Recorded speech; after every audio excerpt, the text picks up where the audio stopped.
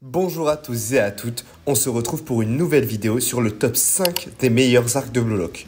Avant que la vidéo commence, je t'invite à m'écrire en commentaire ton top 5 des arcs, car ça m'intéresse de voir vos avis dans l'espace des commentaires. Sur ce, je t'invite à t'installer confortablement sur ta chaise, à lâcher un petit pouce bleu et à t'abonner, c'est parti.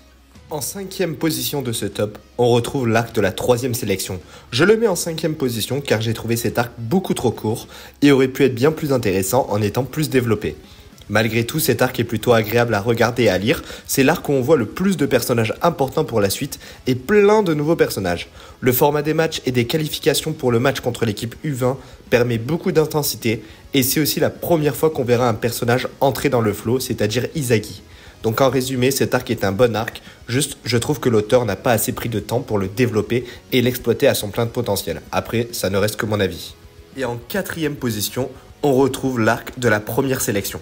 C'est l'arc le plus important du manga en effet, car il nous présente tous les protagonistes et surtout le projet d'Ego, le projet Blue Lock. Le format de Battle Royale au football est quelque chose d'innovant et ramène un air frais dans les mangas de football qui d'habitude met en avant les valeurs de l'amitié. Ici, on ne parle pas de ça, mais bien d'égoïsme, pour être le meilleur attaquant du Japon, ainsi que le meilleur attaquant du monde.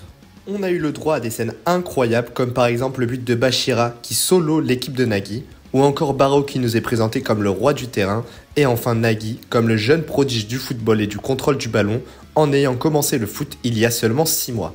Même si on a eu le droit à un très bon arc, je le mets seulement en 4e position, car les arcs au-dessus de ce top sont juste excellents.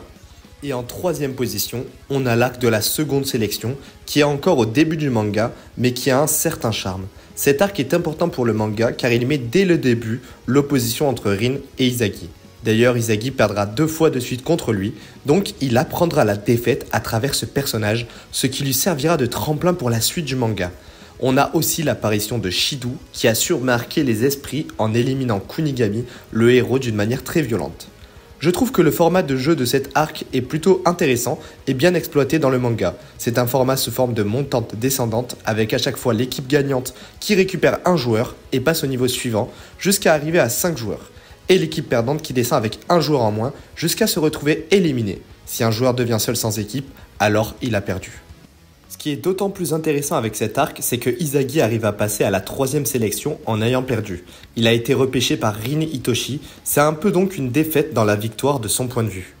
Et en seconde position de ce top, on retrouve l'arc de la Neo Egoist League qui emporte la médaille d'argent.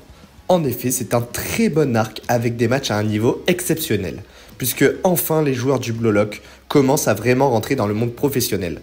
Cet arc a beaucoup de points positifs, que ce soit le nombre de matchs, l'amélioration des joueurs, les primes qui rajoutent un réel intérêt et permettent de comparer plus facilement les joueurs, ou encore le fait que l'arc n'est pas concentré uniquement sur Izagi.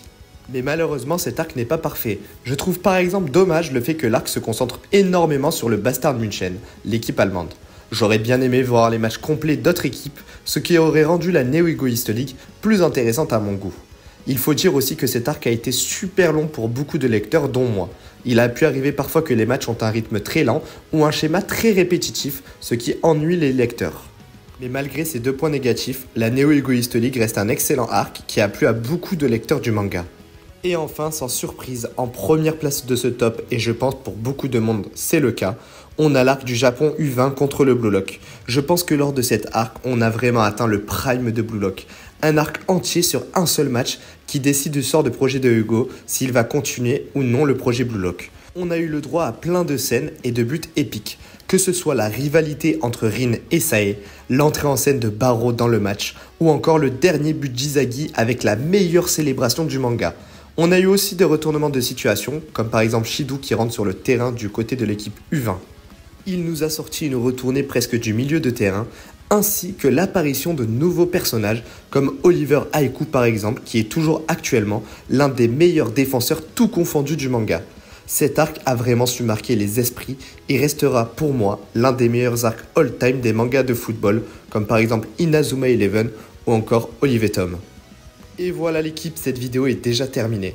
Si elle vous a plu, n'hésitez pas à me le faire savoir en me lâchant un énorme like ainsi qu'un commentaire, cela me ferait très plaisir. Si vous voulez voir d'autres tops, je vous invite à écrire vos idées en commentaire car votre avis compte beaucoup pour moi. Sur ce, à la prochaine.